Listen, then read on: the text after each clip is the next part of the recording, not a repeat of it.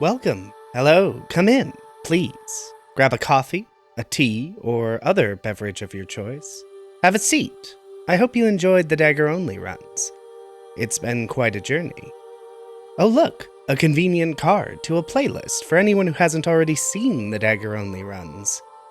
The videos aren't exactly required reading, but they do contextualize what I'm about to talk about here. Knives' journey may be over, but we have one more thing to do to wrap everything up in a nice bow. Talk about all the runs and how they relate to each other and the games themselves, which honestly is my favorite part.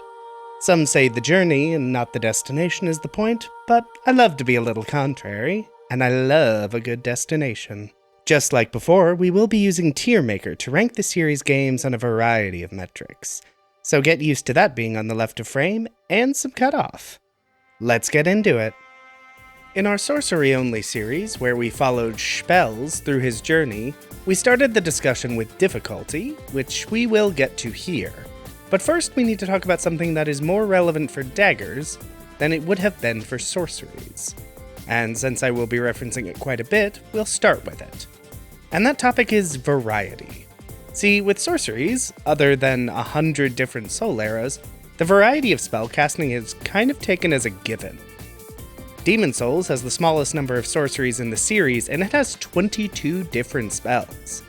And yes, a good number of these are bad or not relevant, but that variety of spells comes baked in. This isn't inherently true about daggers, where all you really need to do the challenge is to have a dagger in the game, which every game did. So let's examine the versatility and variety of our dagger options in each game. And we start with Demon Souls. Demon Souls only has 4 different daggers, but that's a bit misleading. We have the Baby Nail, which does deal plague buildup, but does so very slowly, requires very rare resources to upgrade, and any boss worth using it on is immune. I picked up the Baby Nail in my playthrough, and I really just shouldn't have wasted the several seconds I took to do so. The Parry Dagger is probably good for parrying if you refuse to use a shield, but you can just parry with a starting shield, and the game really doesn't require much skill to parry any enemy in this game worth parrying. This leaves the Secret Dagger and the Dagger, which are basically the same weapon. I think the Secret Dagger is technically a little better, but it wasn't worth the effort in my playthrough to even seek it out. The lack of variety earns Demon Souls the coveted last place in the variety department, to the shock of no one. On top of the very limited dagger selection, you are also limited to only 3 consumable buffs, 2 of which are expensive, and only 2 real weapon buffs worth using. And while you can upgrade your dagger in a variety of ways to expand that variety, basically none of them are even worth it. Mercury adds poison buildup, but means you can't buff the weapon otherwise, and poison deals very slow damage. Fatal is theoretically nice to capitalize on critical damage, but when daggers are your only weapon, you don't need critical damage, you need flat damage. And don't get me started on the boring grind to get Sharpstone. Demon Souls definitely feels like the start of versatility that will continue to expand throughout the series, but it also suffers from being the oldest game in the series, especially compared to future games and other challenge runs. Demon Souls satisfactorily smack down for being an old game that hasn't aged the best in some ways. We dig into Dark Souls 1, which improves on its predecessor a bit. Not a lot, but a bit. This earns it the coveted second to last place. You still get the basic dagger with its assortment of useful and worthless infusions, which will serve as your main dagger against enemies immune to bleed, letting you buff the weapon with consumables or elemental infusions to take advantage of certain weaknesses. And that brings us to Bleed, the first useful status effect you can inflict with a dagger in a Souls game. Bleed, and by extension the Bandit Knife, is a great way to bring down a lot of enemies in this game. A decent chunk of bosses are weak to bleed, and now having a status to ramp damage, and a basic dagger to target elemental weaknesses, does a lot to improve the versatility of your kit. I can't really comment on the Ghost Blade, Dark Silver Tracer, or Priscilla's Dagger. I didn't get them in my playthrough because I couldn't be bothered. But they might be interesting or useful, or they might be trash. Who can say? And the spell buffs have also increased, giving access to 3 varieties of magic weapon, Power Within, and Sunlight Blade, so your access to buffs has never been better. And into Dark Souls 2, which certainly has a lot more daggers than its predecessor. The bandit knife is back, but bleed apparently sucks. At least that's what some Googling told me. I really probably should have tested that though. Basic dagger gets to shine like always. This game also introduces the power stance system, which I found to be unproductive with daggers. Maybe I'm wrong, but the small damage increase really didn't live up to the hype. And then just a bunch of other daggers are in the game that I didn't bother with. It's going to earn the 3rd rank in our chart. It clearly has a lot of daggers, but I can't really put them any higher because they don't really distinguish themselves enough for me to care. 100 daggers that are all basically the same is not actually variety, and I had the most success with the basic dagger and Mitha's dagger. This game does take the new record for number of consumable buffs, and has some new spells to give even more buff damage types to weapons. So Dark Souls 2 expands on your options, but maybe fails to distinguish its daggers enough from one another for that to be meaningful. Dark Souls 3 will earn the 2nd placed ranking in variety, but I do still have some comments on it. Because Dark Souls 3 has the greatest number of daggers, and an equivalent number of spells and consumable buffs, so in a way it meets the variety threshold to get 2nd place, but it's also tempting to put this lower because none of that matters, if that makes sense. While I didn't experiment with every dagger in the game for this run, I did never feel like I needed more power. As soon as I reached the bandit twin daggers, nothing else really mattered. While the bandit knife's bleed effect was still useful, nothing could compete with the damage that the twin daggers put out. In most of these runs, I tried to find a bigger variety, a new spell, a new consumable, but it almost felt superfluous in Dark Souls 3, because the small number of options that I had were really all I needed. So I am still giving Dark Souls 3 2nd place, but with the caveat that most of that variety was pretty meaningless. And of course, Elden Ring takes the top spot on variety, which is not a surprise, it was always going to. Elden Ring has the largest variety of options in basically every way compared to the prior games in the series. It has the most number of daggers, but more importantly, it has the most meaningful variety. Unlike Dark Souls 2 with its many similar daggers, or Dark Souls 3 with its many irrelevant daggers, Elden Ring has a huge variety of very different daggers. Great Knife deals bleed and can be buffed or have an Ash of War to enhance its status buildup, add a status, or just tweak its damage. Erdsteel Dagger has a weirdly high scaling with Flame Art affinity, even more useful considering how potent fire damage is in Elden Ring. Scorpion Stinger is one of the few renewable ways to inflict rot with a weapon. Glintstone Chris and Black Knife have amazing skills that can deal great damage in different flavors, and the Reduvia is, well, the Reduvia, with its stupid bleed and bonkers strong skill. And while the most interesting daggers can't otherwise be buffed, there are a ton of weapon buffing spells and consumables in this game to really add a frankly absurd amount of versatility. How powerful this versatility ends up being, we'll get to later. But on this, at least, Elden Ring wins the day. Okay, variety of options established, we're ready to dive into our next category, and that's difficulty. This is the first category that I discussed in the sorcery-only video, and I recall while doing that everything was very expected. I had a pretty good idea what order things would be listed in, and I was basically perfectly right. That is not the case with Daggers only. I had some ideas, some theories, but I'd never really played around with daggers in any of these games. Closest I got was briefly using the Reduvia in an arcane run of Elden Ring. So while I had some ideas based on the relative difficulty of the games, I really didn't have a great concept of how daggers would really match up to each other. So, let's see where we are at. And we start with the easiest of the Souls games. Part of this ease is how powerful magic is. Another part is that a lot of the bosses are pretty gimmicky. Even aside from the obvious gimmicks of the Dragon God and the Storm King, I had to spend a lot of time thinking about where the middle games in this list should go. They're all really close together, with many bosses that aren't too bad, and a couple standout exceptions that are. And with that, I've placed Demon Souls at 2nd place in the difficulty ranking. And yes, I'm just as surprised as anyone.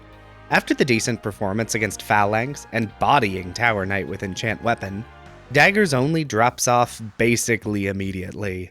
While there are only a few bosses that actually stand up to these attacks, those that do are particularly challenging. Flamelurker and Maneater are both a pain to deal with. Flamelurker's janky and unclear hitboxes, combined with dealing damage when he dodges, really hurts with Dagger's terrible attack range. And while upgrading the Dagger to Sharp helps, and having Light Weapon would have helped more, there really aren't that many options to improve damage, and nothing to do if you can't get up right up next to the opponent. While most of the other bosses weren't difficult, that's basically because they are more gimmicky, or just earlier in the world levels. Flamelurker and Maneater are probably the two most straightforward fights in the game, and straightforward is the biggest area Daggers falter in. Unexpected placement completed, we arrive in Dark Souls 1. This is also one of the middle difficulties that I had a lot of trouble ranking. I rewatched the playthroughs and really dug into what was, and what wasn't difficult to try and sort out where to put Dark Souls. Ultimately, it earns the exact middle slot. Your options in this game aren't exhaustive, being basically limited to bleed or not bleed, particularly in the high dexterity build I went with, since it invalidated any elemental upgrade paths. Boosting my intelligence helped power up magic weapon, and remembering to get greater magic weapon would have helped even more, but I'm placing it below Demon Souls because there is basically always another option. One more thing I could add to the build to buff my damage just that little bit more. It also doesn't get to be placed higher because the difficulty really spikes in the early game, before you get access to the tools that really make the dagger viable. Also, some amount of the struggle wasn't difficulty related, it was stubbornness related. Once I got past Orny and Smoo, there really wasn't anything that really walled me. The closest was the 4 kings with their DPS check, and even that only took a couple good attempts. I brought magic weapon, maxed out dagger, and power within to bear against them. So while Dark Souls 1 with daggers isn't easy, you have access to enough nonsense to really power through most of the bosses. Also, bleed is really great at making some normally tricky or bulky fights much easier and faster.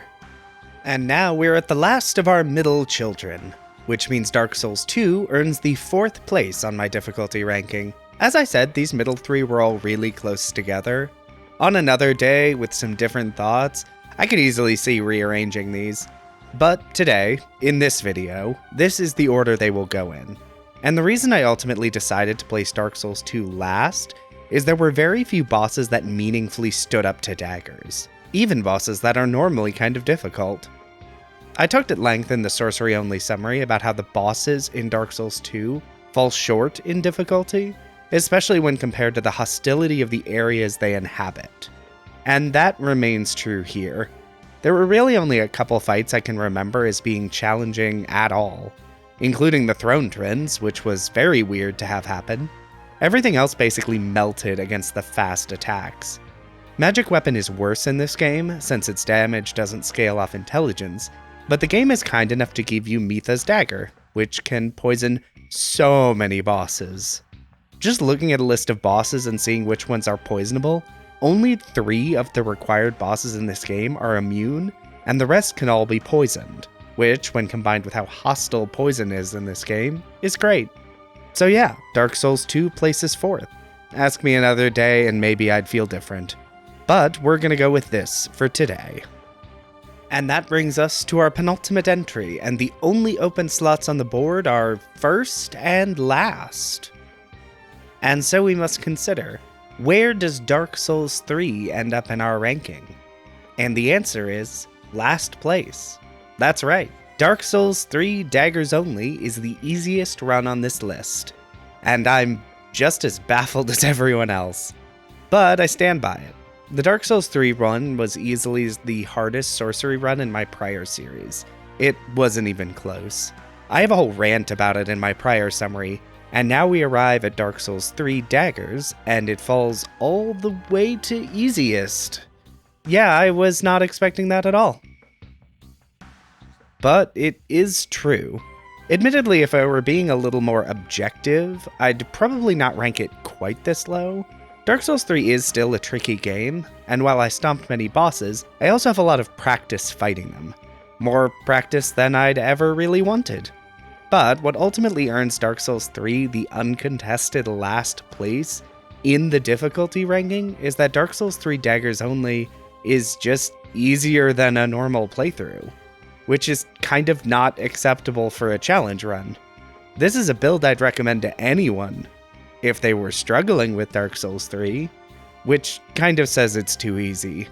While objectively probably not the easiest, it is the challenge run I struggled with the least, and is a build I would recommend because it's just good. So it has to sit in last place. And that brings us to Elden Ring, which takes our remaining and top ranking. While this isn't a surprise to anyone else having watched the video, it was surprising to me while doing the playthrough. I really expected better of daggers in this game, which it's easy to see why.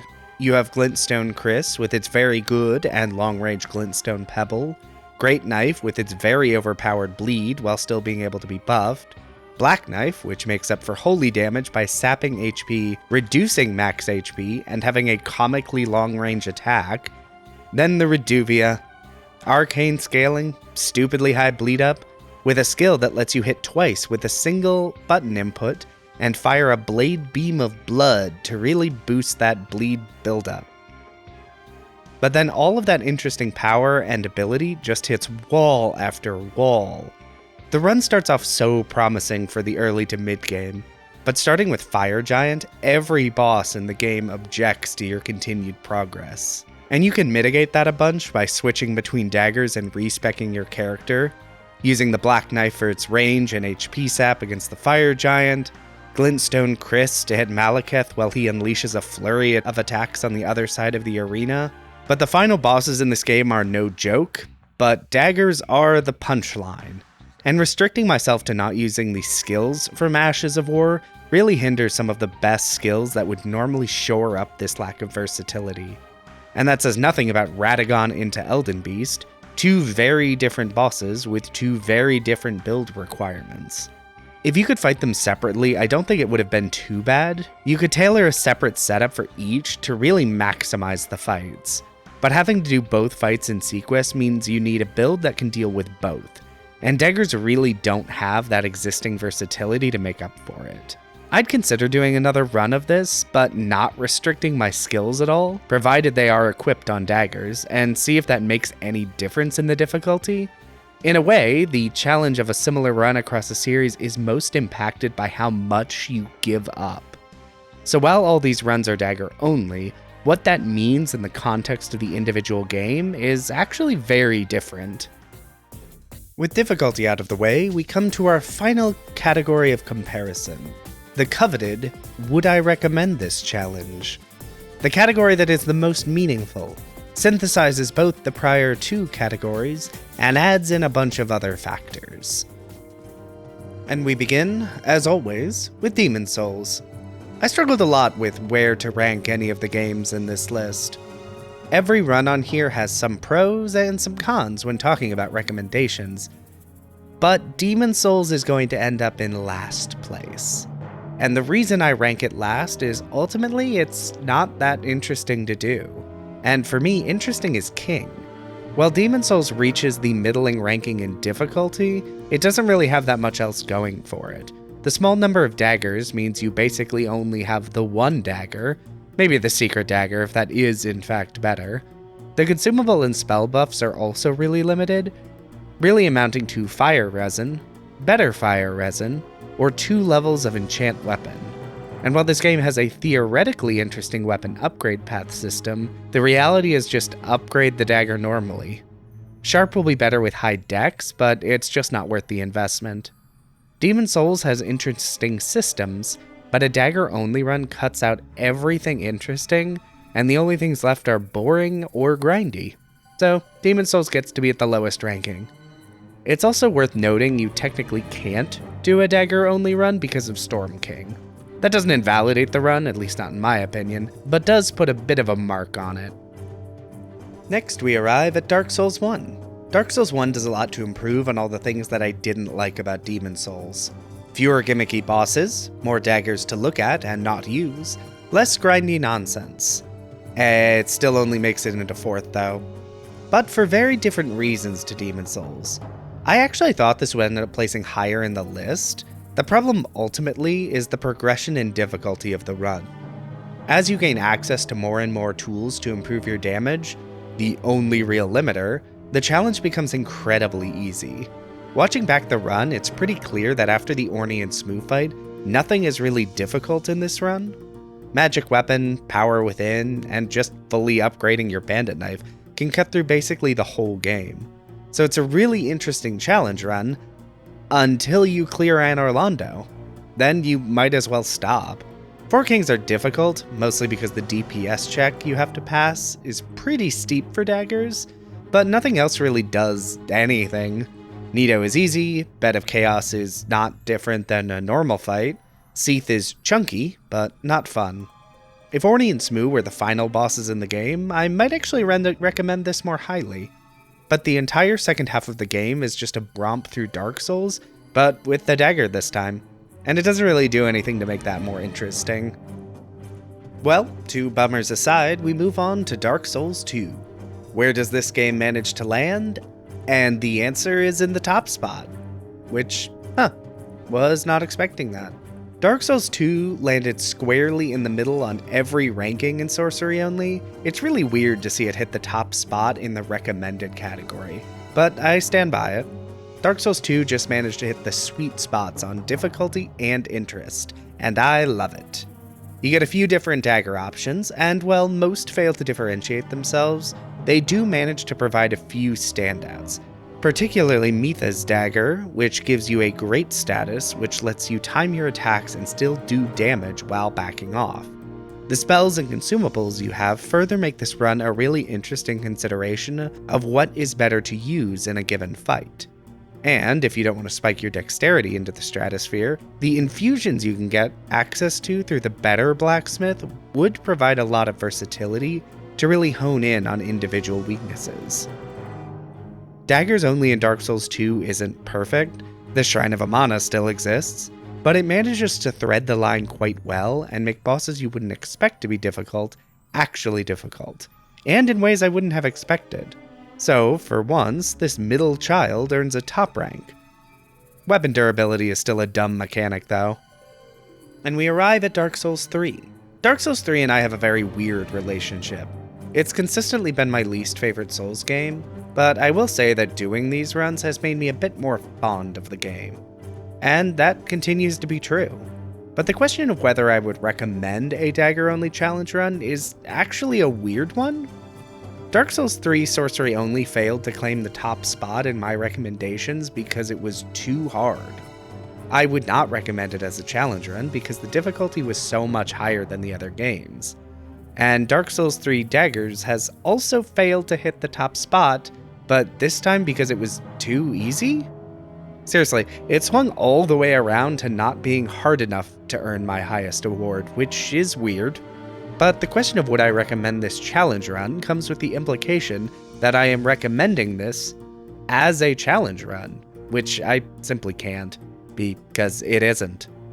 This is the easiest playthrough I've ever had, meaning it was easier than a casual playthrough.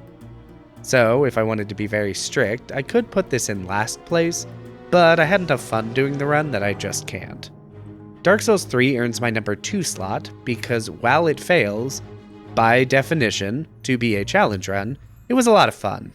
So don't do this if you want a challenge, but do this if you want a fun run or are having trouble with a casual playthrough. All that remains is Elden Ring, and as you can tell from the board, Elden Ring earns 3rd place, which may seem fairly low, but I assure you, it deserves it. I talked about it in the difficulty section, but I really want to hammer home the reality that what a challenge run means is very much dependent on what game you are doing it in, even in a series as superficially similar as Souls games, and limiting yourself to daggers only means you are losing a lot of your options. Which was true of sorcery as well, but sorcery is sorcery, so it doesn't always feel like a loss. But with daggers, that loss is palpable. Your range damage options are limited and mostly not good, Your damage has lost all the ground it gained in Dark Souls 3. There are close to 200 spells, and you can't use most of them in any meaningful way. And the prohibition I put on using non-innate skills means every Ash of War is mostly useless. This severely limits the options you have at your disposal, which was fine in prior games where the power and versatility threshold were assumed to be much lower than they are. But with how strong you can be in this game, the bosses were designed to match that. Which means you've lost a lot, and at the end of the day, you're still fighting a god. And more often than not, that fight goes pretty badly. So while this run has a lot of interesting stuff to play with, the power you can achieve is very much limited, and daggers do not appear to have been balanced to be a primary weapon in the same way as they were in Dark Souls 3. So while I can't really rank it lower than Dark Souls 1 or Demon Souls, I also can't rank it any higher than 3rd. Well, there we go. The summary is completed, the awards have been given, and the data has now been collected. Knives' journey is over, and we need not bother with her again. If you've enjoyed this little chat and the challenge runs that accompanied it, feel free to leave a like, maybe a comment, maybe even subscribe, if you want to see more of these challenge run series in the future. Our next subject, or should I say subjects, may like to have some company on their next journey. It is going to be a long one. But regardless, don't forget your coat on the way, and have a lovely trip home.